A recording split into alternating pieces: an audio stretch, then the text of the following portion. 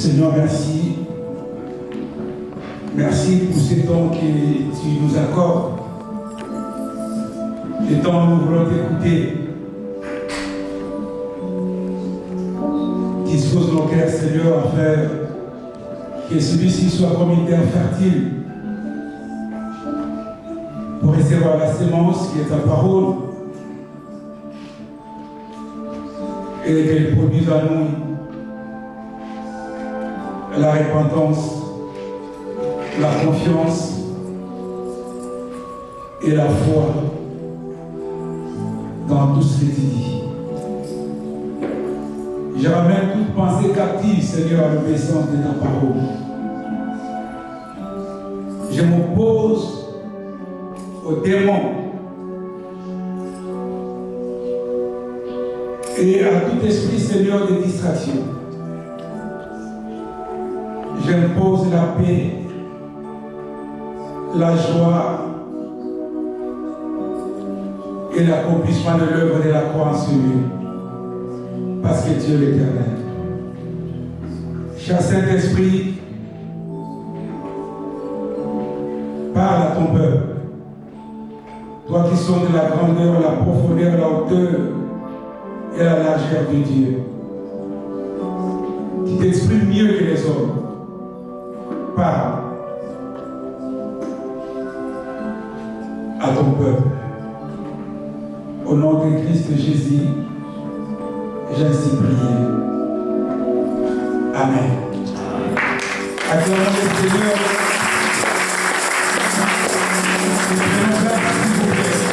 Merci les gens. Cet après-midi, je vais vous apporter la parole que Dieu m'a mise au cœur. Avec foi et certitude, je crois que cette parole fera du bien à quelqu'un qui est en ce lieu.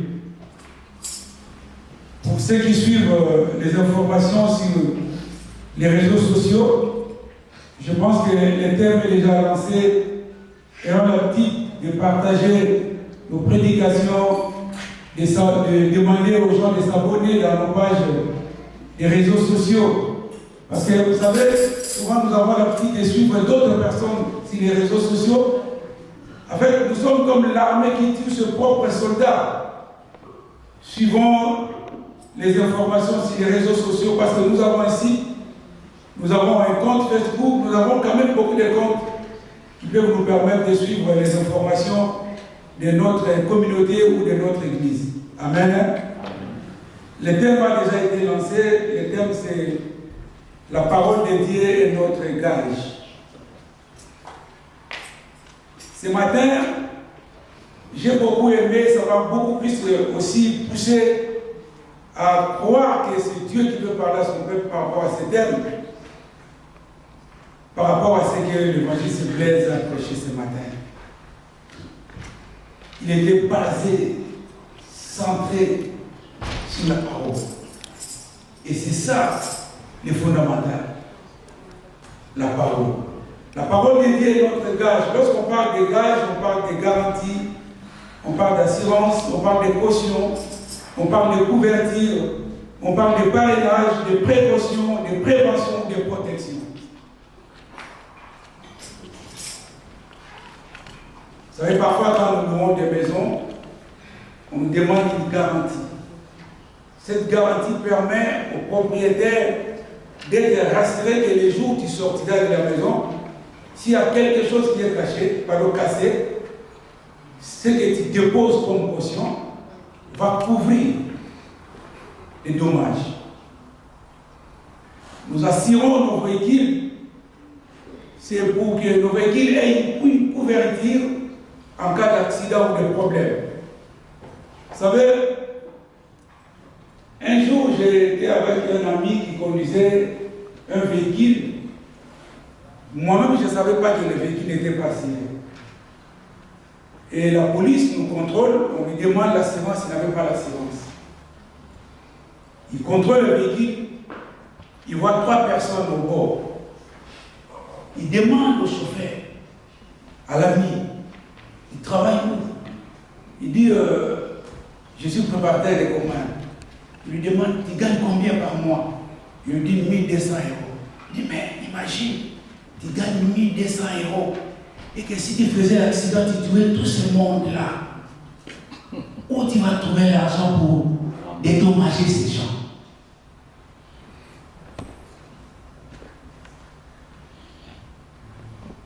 Donc la garantie, c'est comme l'assurance qui peut protéger et les chauffeurs et les gens transportés, voire même autre chose. J'ai déjà vu quelqu'un, parce que je trouve qu'il est juriste avocat, j'ai déjà vu quelqu'un qui est entré en prison.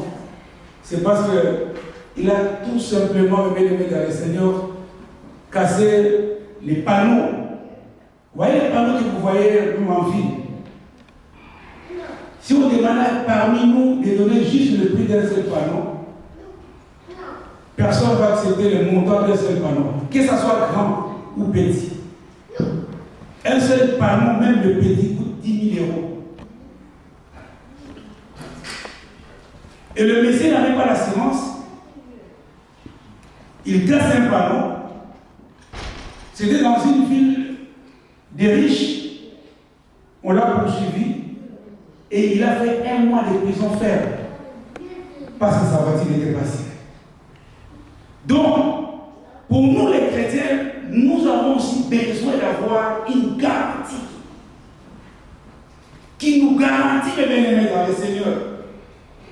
Alors, la parole de Dieu est la seule garantie de nos vies. Nous allons voir ça dans la Bible. Nous avons 3 textes. Josué 1, verset. On commence au verset 1. Josué 1. Ça vient, on m'a Clarisse, aidez-moi. Josué 1, on va commencer au verset 1 jusqu'au verset 8. Et l'autre personne va lire Luc 5, verset 5. Et une autre personne, 1 Roi 18, verset 36. Josué chapitre 1, verset 1. Oui.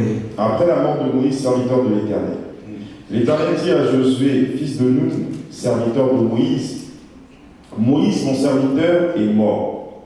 Maintenant, lève-toi, passe ce Jourdain, toi et tout ce peuple, pour entrer dans le pays que je donne aux enfants d'Israël. Tout lieu que foulera la plante de votre pied, je vous le donne comme je l'ai dit à Moïse. Vous aurez pour territoire depuis le désert et le Liban jusqu'au grand fleuve, le fleuve de l'Euphrate, tout le pays des Étiens et jusqu'à la grande mer vers le soleil couchant. Nul ne tiendra devant toi tant que tu vivras. Je serai avec toi comme j'ai été avec Moïse. Je ne te délaisserai point, je ne t'abandonnerai point. Verset 6.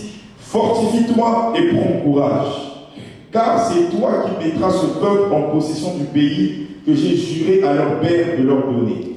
Fortifie-toi seulement et aie bon courage, en agissant fidèlement selon toute la loi que Moïse, mon serviteur, t'a prescrite. Ne t'en détourne ni à droite ni à gauche, afin de réussir dans tout ce que tu entreprendras. Verset 8. Que ce livre de la loi ne s'éloigne point de ta bouche. Médite-le jour et nuit pour agir fidèlement selon tout ce qui est écrit. Car c'est alors que tu auras du succès dans tes entreprises, c'est alors que tu réussiras. Que ce livre de la loi ne s'éloigne point de ta bouche. Médite-le jour et nuit. Et à la fin, il donne l'importance pour ce qui est lié à ça. Alors, nous allons lire tout le verset, après je vais expliquer. Luc 5, verset 5. Luc chapitre 5, verset 5. Il est écrit, Simon lui répondit, Maître, nous avons travaillé toute la nuit sans rien prendre. Mais sur ta parole, je jetterai le filet. 1 Roi 18, verset 36. 1 Roi, chapitre 18, verset 36. Il est écrit, au moment de la comprendre. Élie, le prophète, s'avança et dit: Éternel, Dieu d'Abraham, d'Isaac et d'Israël, que l'on sache aujourd'hui que tu es Dieu en Israël, que je suis ton serviteur et que j'ai fait toutes ces choses par ta parole. Par ta parole. Merci, Sabine. Que Dieu te bénisse, mon fils. Nous venons de lire 3 versets. Je parle ici de la parole de Dieu comme une garantie, comme l'assurance, comme la protection, comme la prévention ou la couverture ou une caution. Dans le verset 1er jusqu'au verset 8 de Josué 1, ici la Bible nous parle de la mort de Moïse. Vous savez, Moïse n'était pas n'importe qui. Moïse est parmi les hommes qui ont entendu la voix de Dieu. Nous écoutons Dieu, parfois par ses écritures, parfois par ses messages. Mais Moïse a entendu la voix audible de Dieu. Dieu a parlé à Moïse. Moïse est celui qui a fait face, bien-aimé dans les Seigneur, à un homme puissant de l'époque. Pharaon. Moïse est celui, bien-aimé dans les Seigneur, qui a défié même Pharaon. Et la Bible dit, cet homme est mort.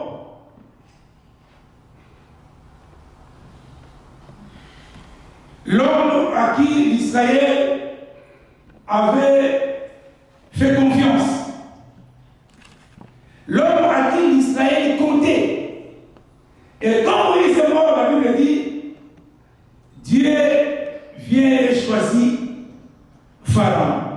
C'est là où j'aime Dieu. Vous savez, quand Dieu fait des choses de bien, ça contourne toujours, ou ça contredit toujours la pensée de l'homme. Vous savez, quand Moïse est mort, c'est là où j'ai médité. Son frère Aaron était encore en vie. Sa sœur Myriam encore.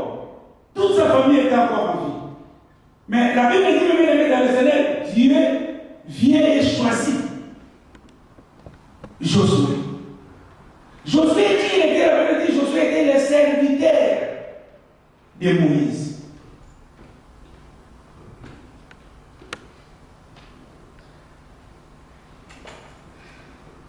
J'ai toujours dit, servir Dieu derrière quelqu'un, ça n'enlève rien de servir Dieu. Parce qu'aujourd'hui, tout le monde veut faire une église pour être intelligent. Mais là, ici, la Bible dit que Josué était le serviteur de Moïse. Est-ce qu'il était réellement le serviteur de Moïse? Oui. C'est parce qu'il suivait les instructions de Moïse. Mais quelles étaient les instructions de Moïse? C'était les instructions de Dieu. C'est-à-dire que servir Dieu derrière le passé marchand, ce n'est pas lui que je sers. Je sers Dieu par le biais de cet homme. Ça n'empêche absolument rien de le faire. C'est ce qui dit aujourd'hui l'évangile. Tout le monde veut faire son église. Est-ce que c'est bien? Est-ce que c'est méchant? Non. La question est, est-ce que c'est Dieu qui a voulu? Raison pour laquelle vous allez voir aujourd'hui les églises fermes. Est-ce que Dieu est là? Ici, la Bible dit que Josué était le serviteur de Moïse. Quand Moïse est mort, la Bible dit Dieu vient choisir. Josué dit non, c'est toi qui vas ramener ce peuple jusqu'à la terre que j'ai promise à ce peuple. Mais j'ai beaucoup médité de comprendre quelle était la pensée de Dieu pour ce qu'il a dit à Moïse. J'ai essayé d'examiner l'expression où tout ce que Dieu a parlé à Josué avant qu'on arrive au verset 8. Dieu vient dire à Josué, écoutez, mon serviteur est mort. Maintenant, la destination pour ce peuple n'était pas ici. C'était le Canaan. Maintenant, toi, moi je te choisis toi. c'est toi qui vas ramener ce peuple vers Canaan. C'est toi qui vas permettre à ce peuple de traverser Jourdain. Pourquoi? Parce que Jourdain était un obstacle pour ce peuple. Or, pour arriver, il fallait traverser Jourdain. Il dit, je vais te donner la terre que moi j'ai promise à tes ancêtres. Maintenant, c'est toi qui vas prendre la responsabilité. Or, Josué, bien-aimé dans le Seigneur, était le témoin oculaire de ce qui s'est passé pendant les temps où Moïse conduisait ce peuple. Qui était ce peuple? Au milieu de ce peuple, il y avait un peuple qu'on appelait Ramassi, qui n'était pas les Hébreux, un peuple récalcitrant, un peuple qui n'écoutait personne, un peuple rebelle. Et Josué savait que ce peuple est humilié. Josué a vu l'obstacle que le peuple a rencontré, l'obstacle du mer Rouge. Et Josué savait que devant encore, il y a Jourdain. Donc j'ai un problème. Josué a vu l'atmosphère de ce peuple, les comportements, beaucoup de choses qui s'est passées. Il dit non. Et Dieu qui sont dans les guerres, même tel que nous sommes là, Dieu nous connaît. Tu peux te cacher devant un pasteur. Tu peux apparaître, le bien-aimé dans le Seigneur, comme tu es plus blanche que la neige. Mais Dieu sait que tu es noir plus que le charbon. Dieu connaît ton cœur plus que même les hommes. Cache-toi devant les hommes. Cache-toi devant ta famille. Mais Dieu te connaît bien. Et Dieu a regardé, bien-aimé, Josué. Il a trouvé en lui d'abord l'esprit de peur. Il veut dire, Josué, n'ayez pas peur. Moi, je suis avec toi. Je serai avec toi comme j'ai été avec Moïse. Mais maintenant, ce n'est pas en fait Dieu a parlé cela. Pourquoi? Parce que tout le monde comptait sur Moïse. Vous savez pourquoi Dieu n'a pas permis que les corps de Moïse soient enterrés? C'est parce que ce peuple considérait Moïse comme vraiment un Dieu. Et Dieu était plus sage que eux. Il dit non, si on enterre Moïse, ce peuple deviendra idolâtre. Il faut que Moïse, son corps, personne puisse l'enterrer. Parce qu'il comptait sur Moïse. Même lui-même, Josué, comptait sur Moïse. Soudain, Moïse est parti. Il était complètement découragé, complètement affaibli. Dieu vient et dit non, fortifie-toi. Et mon courage. Parce que tu sais, moi, je suis avec toi. Je ne vais jamais t'abandonner. Tu vois, tout ce que moi j'ai promis à vos ancêtres, c'est pour vous. Et je savais bien lui. Dieu donne même les limites et dit même là ils vont partir, ce qu'ils vont faire, là ils vont être. Maintenant, le problème ce n'est pas là. Le problème, lorsque Dieu parle, à la fin il dit à Josué, écoutez, Moïse était avec un bâton. Mais toi, moi je ne te donnerai pas un bâton. J'ai donné une loi à Moïse de prescrire dans le livre. Cette loi est déjà. Vous savez, lorsqu'on parle de la loi, parce que souvent, quand on parle de la loi, nous ne comprenons pas la loi veut dire quoi. La loi, en fait, c'est l'ensemble des préceptes ou l'ensemble des ordonnances. On parle de la loi électorale, si vous lisez, vous allez voir beaucoup des articles là-dedans. C'est l'ensemble de tout. Ce qui est comme précepte, comme ordonnance, c'est ça qu'on appelle la loi. Or, Dieu avait donné à Moïse 10. C'est ça qui formait la loi. Et lorsque Moïse est parti, Moïse est mort, la Bible dit Josué, choisi par Dieu, Dieu donne quand même certaines assurances à Josué. Mais à la fin, il dit à Josué, tu vois, quel est ce livre que moi j'ai prescrit? J'ai donné à Moïse d'écrire. Qu'est-ce que ce livre ne s'éloigne point de ta bouche? Vous savez, là je t'ai crié comme il se plaise. Il réfléchit, vous savez, ça c'est le livre, c'est la Bible. Si j'ai donné ce livre à mon pasteur, je pense que le pasteur savait qu'est-ce qu'il va faire. Passez là quelque chose, ça va être le livre. Tu l'avais dit où? Non, à la main, par la main. D'accord, merci. Dans la logique, lorsqu'on donne un livre à quelqu'un, on le porte à la main. Vous comprenez? Mais ici, Dieu dit, tu vois que ce livre de la loi ne sera pas.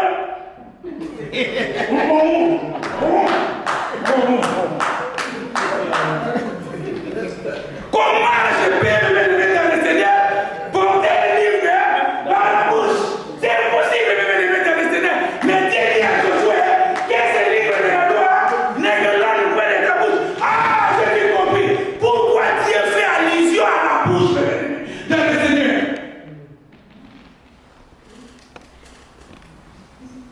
Vous savez, quand je marche, amen. J'ai trébuché à la maison, je vais tomber.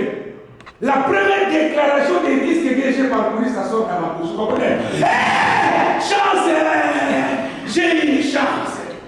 Et Dieu a compris que non, tout est dégagé par la bouche. Il dit non. Josué, dis-moi, tout ce que moi j'ai prescrit à Moïse, je te donne rien. Que ce livre ne s'éloigne pas de ta bouche. Pourquoi? Parce que lisons la Bible ça. Romains 10, verset 10.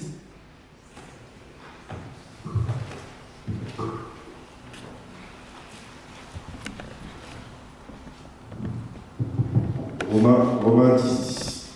Oui. Elle dit, car c'est en croyant du cœur. En croyant du cœur. On parvient à la justice. Qu'on parvient à la justice. Et c'est en confessant de la bouche. Et en confessant de la bouche. Qu'on parvient au salut. Qu'on parvient au salut. Avec, mais vous savez, Dieu a compris que le risque que Josué peut courir, c'est de confesser ceux qui sont négatifs dans sa bouche. Il dit non, Josué, tu vois, en marchant avec ce père, tu trouveras des difficultés. Tu vas avoir des obstacles. Mais ce que moi je te conseille, que ces livres de la loi ne s'éloignent pas de ta bouche. Déclare-les, confesse-les, pratique-les, exprime-les. Et il dit, avant de les faire, il faut les méditer. J'ai compris l'importance de la méditation. Et beaucoup parmi nous lisent la Bible, mais ne la méditent pas. Vous savez, la méditation est différente de la lecture. Tu peux lire la Bible sans la méditer, mais par contre, tu peux méditer la Bible sans la lire. Amen. Raison pour laquelle vous allez voir aujourd'hui, il y a parfois des contradictions dans la Bible parce que les gens ne veulent pas méditer la Bible. La méditation veut dire, c'est une profonde et longue réflexion de ce que tu dis. Tu lis, tu vas à la longueur, à la hauteur, à la largeur de réfléchir qu'est-ce que tu dis. Dis non, tu vois, Josué, je sais, devant toi il y a un journal.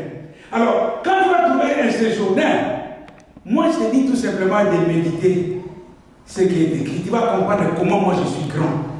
Et Josué devant Jourdain va dire, ah non, Jourdain est petit. Derrière moi, qu'est-ce que Dieu a fait? Dieu a déjà séparé la mer Rouge. Pourquoi? Parce qu'il a médité la grandeur, la profondeur, la hauteur, et la largeur de Dieu. Aujourd'hui, beaucoup de choses que nous faisons, bien aimés, c'est parce que la parole de Dieu n'est pas considérée comme une garantie de notre vie. Dieu ne donne pas autre chose à Josué. Il ne dit pas le bâton, mais que la parole que moi je te donne, que ce livre ne s'éloigne pas de ta bouche. Tout ce que tu fais, confesse. Raison pour laquelle je donne raison à Jacques qui dit que non. Vous voyez la langue, c'est un petit membre, mais peut brûler toute une savane, frère. Tout simplement parce que le bien-aimé dans le Seigneur, ce qui est sorti tue. La Bible dit ce n'est pas ce qui entre qui tue, mais c'est ce qui sort. Amen. Beaucoup nous faisons mal. Pourquoi? Parce que ce qui sort de nous, nous tue nous-mêmes. Regardez comment tu confesses. Et même Proverbe dit, la vie et la mort sont au pouvoir de la langue. Et tu récoltes ce que toi tu dis. Est-ce que ce que tu dis dans ta bouche provient de la parole de Dieu ou provient de ta propre parole ou provient de la parole des autres? Dieu dit à Josué que ce livre de la loi ne s'éloigne point de ta bouche. Pourquoi? Parce qu'il a compris qu'il s'est trouvé dans une situation d'angoisse, une situation de désespoir, une situation où, même dans les années, Josué ne pouvait pas croire que devant lui, il peut affronter et vaincre. Et dans Luc, tous, nous savons qui était Pierre. Pierre, j'ai toujours dit, était parmi les disciples les plus courageux qu'avait Jésus. Et parfois, moi-même, je me considère aussi comme Pierre. Parce que Pierre était parmi les disciples impulsifs de Christ. Personne ne pouvait avancer, faire du mal à Christ. Vous savez, c'était à cause de son sang chaud qu'il a coupé l'oreille de Malchus. Pierre était quelqu'un qui était le plus courageux de ses disciples. Mais qui était Pierre auparavant? Pierre était un pécheur. Un grand pécheur. C'était son métier. C'est là où il vivait avec sa famille. C'est là où il trouvait l'argent pour ses enfants. C'est là où il faisait même dans les Seigneur ses projets. Et c'est là où Jésus l'a trouvé. Il appelle Pierre, viens. Je vais te faire le pécheur d'homme. Lui, il croyait qu'on va lui donner les instruments pour pécher. Or, c'était la parole. Alors, un jour, la Bible dit Pierre a péché toute la nuit. Il n'a rien attendu. Rien.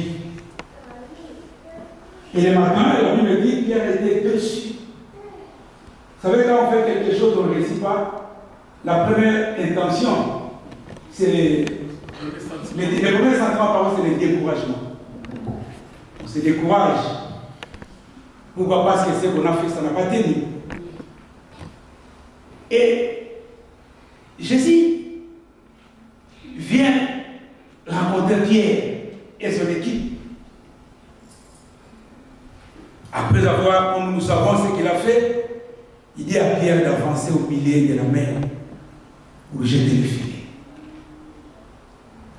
Pierre qui avait la foi sur son expérience, parce que souvent, même dans le Seigneur, nous faisons des choses selon notre expérience. Et parfois l'expérience trahit. Et parfois l'expérience nous ramène des résultats qui sont négatifs. Et parfois, l'expérience nous rend faibles. Et parfois nous humilie même. Moi, j'ai vu quelqu'un qui a été tabassé par un jeune homme. Pourquoi? Parce qu'il se croyait être plus fort que les autres. Pourquoi? Parce qu'il avait de l'expérience, il tabassait les autres. Mais ce jour-là, c'est un gamin qui l'a tabassé. Pourquoi? Parce que son expérience était dans l'eau. Il minimisait l'autre, mais lui l'a tapé. Vous savez, j'étais en train de, excusez-moi, entre parenthèses, j'étais en train de suivre sur les réseaux sociaux un boxeur de ces mois, minimiser les petits yoga. Ah! Et il a commencé à l'insulter tout le temps. J'ai dit, mais il ne comprend même pas ce qu'il fait. D'abord, il fait des choses qui ne sont pas professionnelles. Et il ne comprend même pas que lui mange des chikwanga, les fungwa, les nzombo, tout. Et ce petit est discipliné. Là, il dit, je vais les tabasser. Mais lui, il minimise selon son expérience, selon son bagage, selon son corps, et il oublie que non, on ne minimise personne. Et Pierre était expérimenté en péchologie. Pourquoi? Parce qu'il savait bien que c'est pendant la nuit qu'on fait bien la pêche. Et Jésus lui dit non, avance au milieu. Prends ton filet, jette. Écoutez le lavage de Pierre. Pierre dit à Christ, chef, nous avons péché toute la nuit. Vous savez, cette réponse signifie quoi? Cette réponse était pour dire que non, toi tu n'as pas de l'expérience. Moi, j'ai de l'expérience. Mais moi je vais dire une chose. La parole de Dieu n'a rien à voir avec l'expérience. Le voleur à la croix n'a fait même aucune journée de retraite. Même pas gêné. Mais ce jour-là, Christ me dit, toi et moi, c'est aujourd'hui même, ça sera au paradis. Vous savez, il y a des Français même ceux qui ont gêné. Il y a des Français même ceux qui faisaient des campagnes d'évangélisation. Pourquoi? Parce que l'expérience n'a rien à voir avec la parole de Dieu. La parole de Dieu est naturelle.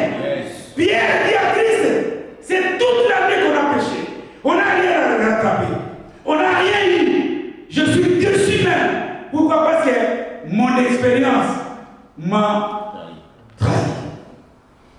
Maintenant, Pierre dit à Christ, écoutez,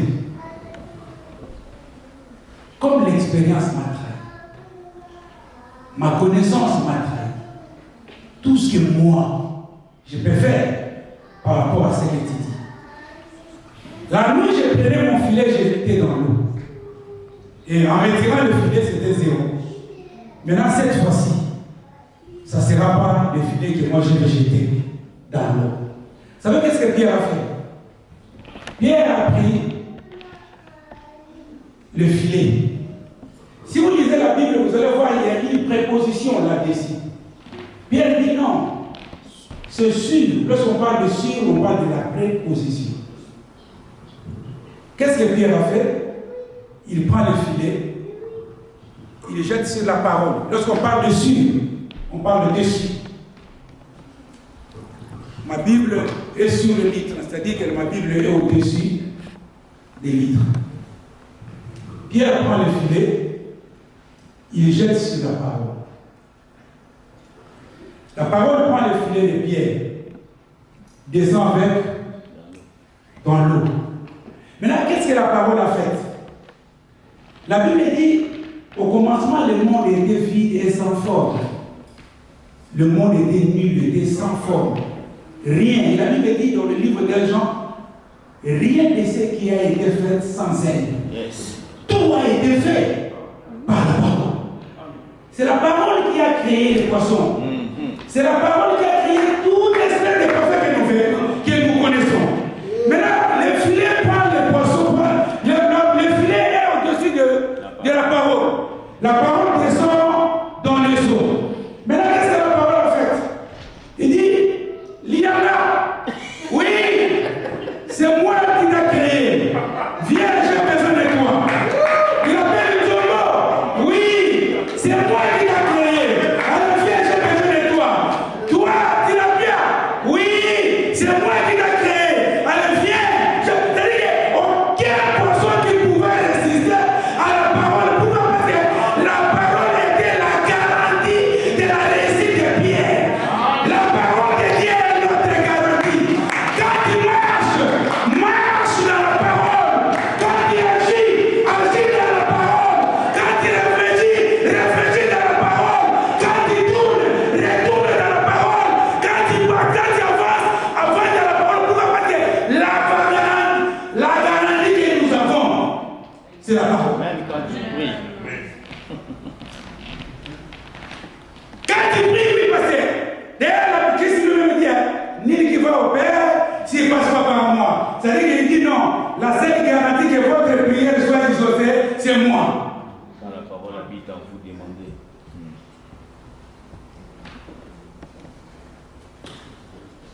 Tu n'as pas une autre chose. Les fondamentaux, comme a dit l'évangile ce matin, c'est la parole. Aujourd'hui, ce qui nous fait défaut, pourquoi? Parce que nous nous retirons de la parole. Nous croyons que par notre défaut, bon, il faut voir. Il commence à pousser, non frère, laisse la parole faire son travail. Laissez-les faire. Les aveugles voient à cause de la parole. Les sourds entendent à cause de la parole.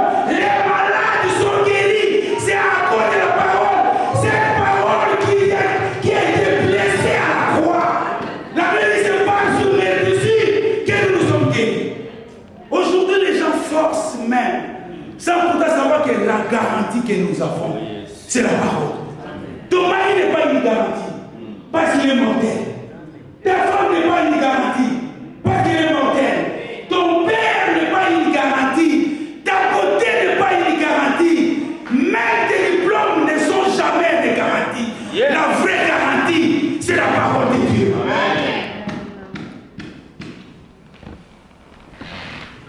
Pierre a été déçu à cause de son expérience. Mais il dit non, maintenant mon expérience à côté. Vous savez, j'ai donné un conseil à un ami. J'ai dit, tu as tout fait. Oui, tu n'as pas réussi. J'ai dit, tu sais, moi je me comporte comme un cadavre. Vous savez un cadavre? C'est laisse au vivant de faire ce qu'il fait. Vous comprenez? Donc, c'est comme vous savez, avant c'est les femmes qui savent. Il y avait un chef au nous allons.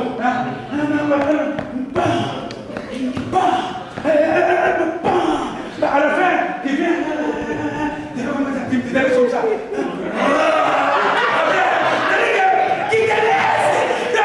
Laisse-toi. C'est-à-dire que tu as confiance en moi. C'est lui à qui toi tu tombes.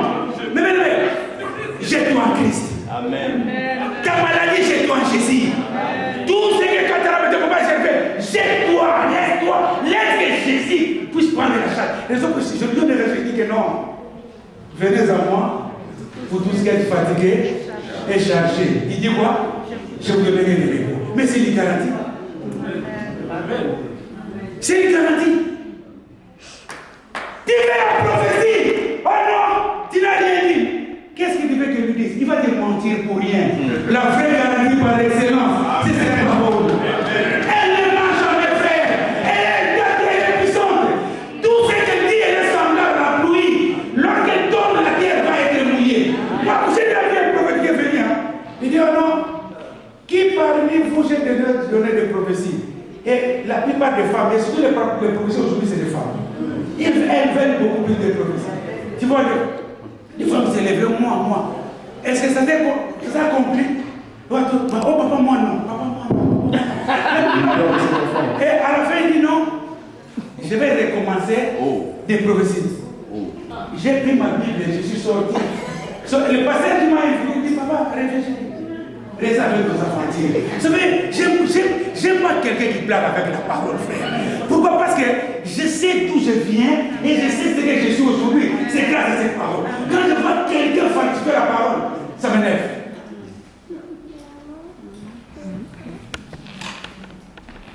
Pierre dit non.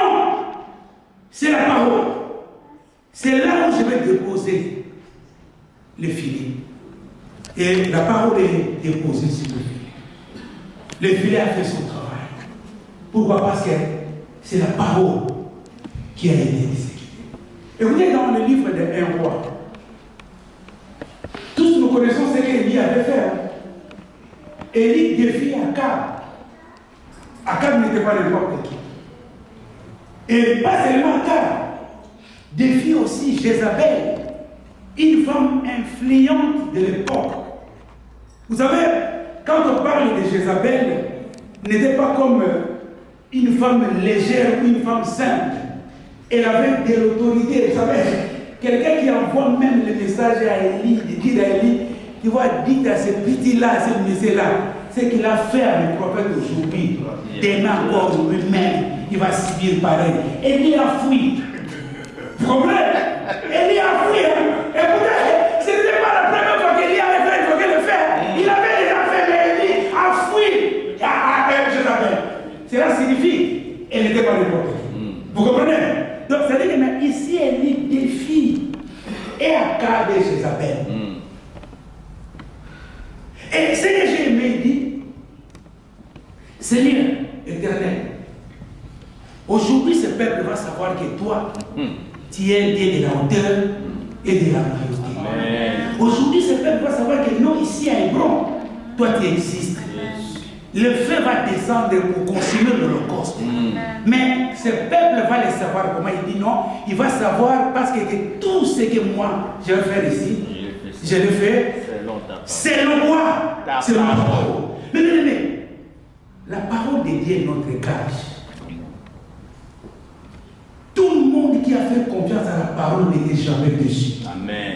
La Bible dit, est l'homme qui se confie à Dieu parce qu'il est semblable à un arbre planté là où l'eau coule. Pourquoi? Parce que là, ça va produire. C'était le même dans le Seigneur par la confiance à la parole de Dieu qu'Abraham a laissé même sa patrie. Pour se rendre dans un lieu où il ne connaissait pas. Dire à Blanchard, qui crée dans un lieu où moi Dieu je t'envoie. Lui il ne connaît pas, on ne lui dit même pas les lier, mais il sort quand même. Pourquoi? Parce que la parole a été dégagée. Et Élie dit non. Ce peuple va savoir que ce que moi je vais faire aujourd'hui, je le fais par ta parole. Pourquoi la parole de Dieu me met dans le Seigneur est garantie? Parce que la parole de Dieu n'est pas comme une parole des hommes. L'homme peut mentir. La parole de l'homme peut changer. Vous comprenez? Moi je vois, j'ai connu, je vous ai dit la dernière fois, je connais un monsieur qui s'appelait Savine. À midi, il dit oui, la guerre est finie. Mais à midi, il dit non, la guerre continue. Il change. Pourquoi? Parce que la parole de l'homme n'est pas une parole qui garantit l'homme, parce qu'elle peut changer à tout moment. Mais la Bible dit Dieu est le même, hier, aujourd'hui et éternellement. Il est toujours fidèle à sa parole pour l'accomplir. Pourquoi la parole de Dieu est une garantie? La parole de Dieu est une garantie. Pourquoi? Parce que c'est elle qui a tout créé. C'est la parole qui a tout créé. C'est-à-dire qu'en fait, si je comprends bien, tout ce que nous cherchons, ça vient, n'est pas en dehors de la parole. Parce qu'aucune personne parmi nous a créé ce que nous voyons. C'est Dieu, par sa parole. Amen. Donc, ça veut dire que tout ce que tu cherches toi, c'est dans la parole. Amen. Vous savez, même les papiers que nous cherchons, c'est dans la parole. Amen. Parce que les papiers, en réalité, c'est l'arbre. C'est dans les idées. C'est l'arbre. Vous savez, les papiers que vous voyez là, c'est d'origine, il y a des idées. Ça vient du bois qu'on a transformé. Ça vient du bois. Et puis ça, on les transforme par un papier. Or, qui a créé l'arbre? C'est Dieu. Pourquoi la parole de Dieu est une garantie? Parce qu'elle est vraie. Pourquoi? Parce qu'elle fait naître l'espoir. Vous savez, Dieu vient dire à Ézéchiel, ces eaux pourront-ils revivre? Écoutez, Ézéchiel dit non. C'est toi qui le sais. Mais quand Ézéchiel approche, il dit, ossements desséchés. Écoutez quoi? La parole de l'Éternel. Et les eaux prennent vie. Si tu es malade cet après-midi, dis à cette maladie, écoutez la parole de Dieu. La parole de Dieu dit ceci, c'est par ce meurtrissime que nous sommes guéris. Amen. Peu importe les problèmes que tu as aujourd'hui, quand tu vas prier, déclare ce qui est écrit. Pas autre chose. Toi qui as besoin des enfants, toi qui as besoin de travail, toi qui peu importe le problème que tu as, je vais te dire une chose. Ce problème n'a pas une solution ailleurs que dans la parole de Dieu. Amen.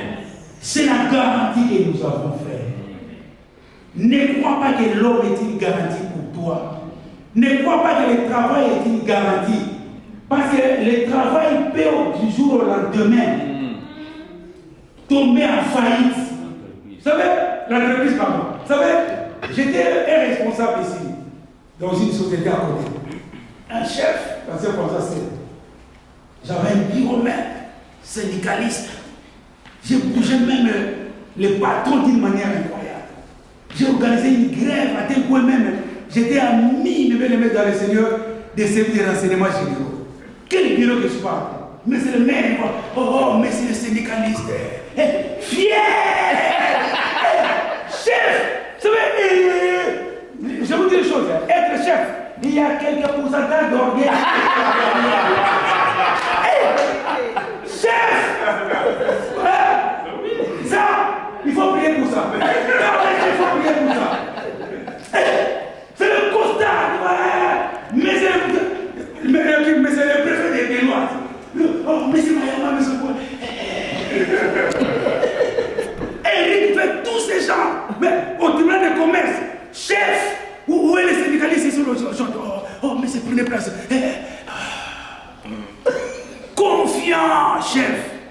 Mais le jour où les boîtes à fermer, qui vous connaissez? Ce n'était pas la garantie. La seule garantie que je garde jusqu'aujourd'hui depuis ma naissance, c'est Jésus de Nazareth, la seule et l'unique. Quand je marche, j'ai confiance en lui. Quand je tourne, j'ai confiance en lui. Tout ce que je fais, je m'appuie sur lui. Qui chef et Kenda. La chefferie est partie.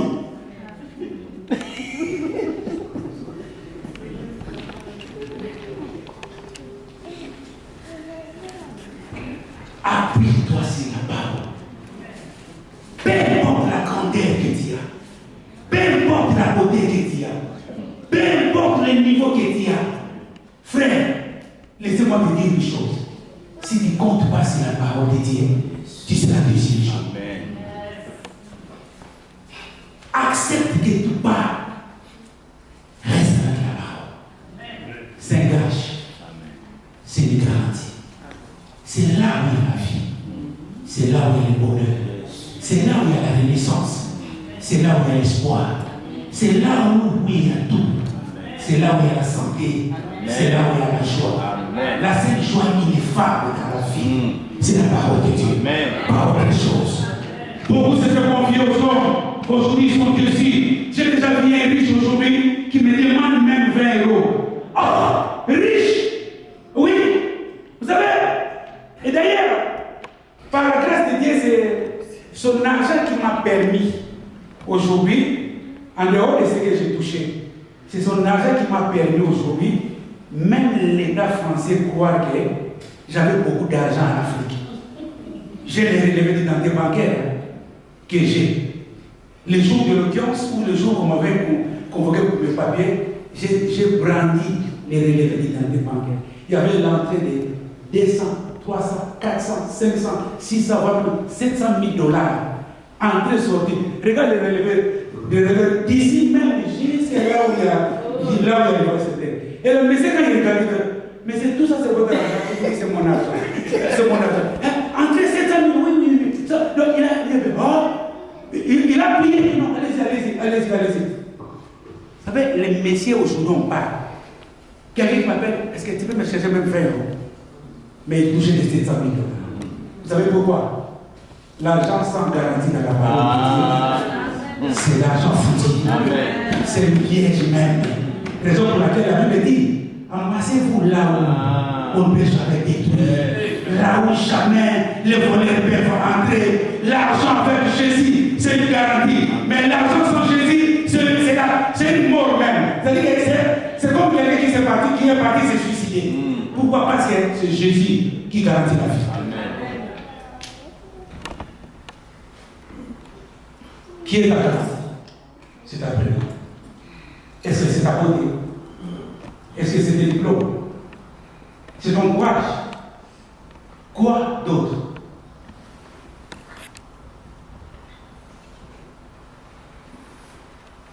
J'aime Jésus avant de partir pour clôturer.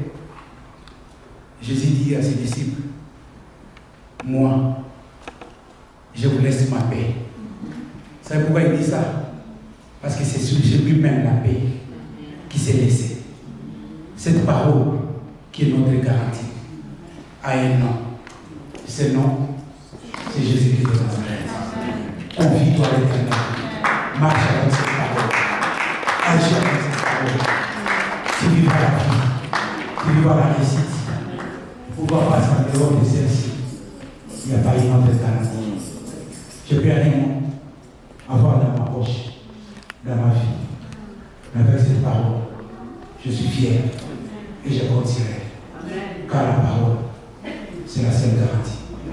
À cause de cette parole, tout le monde qui s'est confié à elle, personne dans la Bible a été déçu. Pourquoi? Parce que c'était une garantie. Que Dieu bénisse.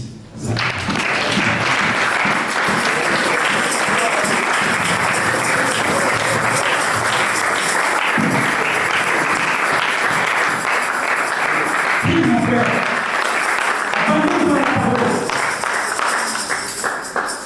Laisse-toi la parole. Laisse la parole te conduire. Laisse la parole agir. Ne te confie pas à ce qu'on t'a dit aux hommes qui sont en dehors de la parole. Tu n'es pas un homme maudit. Tu n'es pas une fille maudite. Tu n'es pas un homme lié. Tu n'es pas un homme lié. Parce que la parole dit que Jésus nous a franchis. Jésus même dit que vous connaîtrez la vérité et la vérité vous affranchira. Tu n'es pas quelqu'un qui est dans les liens de coutumes ou de famille et tant que chrétien que tu es. Tu n'es pas un homme délaissé. Jésus a dit, il sera avec toi jusqu'à la fin de ce monde. Prends la garde de tout ce que la parole dit et prie par rapport à ça. Prions au Jésus tout entier.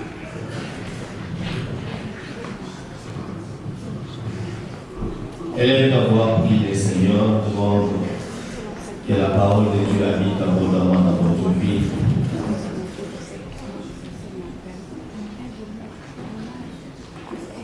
Dis Seigneur, remplis-moi de ta parole. Car c'est par elle qu'il y a la vie. La parole de Dieu déclare, Jésus l'a dit, si la parole habite en vous en abondance, demandez tout ce que vous voudriez et que cela vous sera accordé. Que la parole habite à chacun de nous en abondance. Et quand tu ouvres ta bouche, que tu puisses parler de la part de Dieu, que la parole de Dieu sorte de toi. Car elle est créative. Tout a été créé par elle. Et tout a été créé pour elle. La parole. Même là où il y a le chaos, quand la parole vient, elle remet l'autre. Au nom de Jésus. Nous allons recommander l'homme qui nous a prêché entre les mains du Seigneur, que Dieu l'inspire davantage, et Dieu le bénisse. Et les bons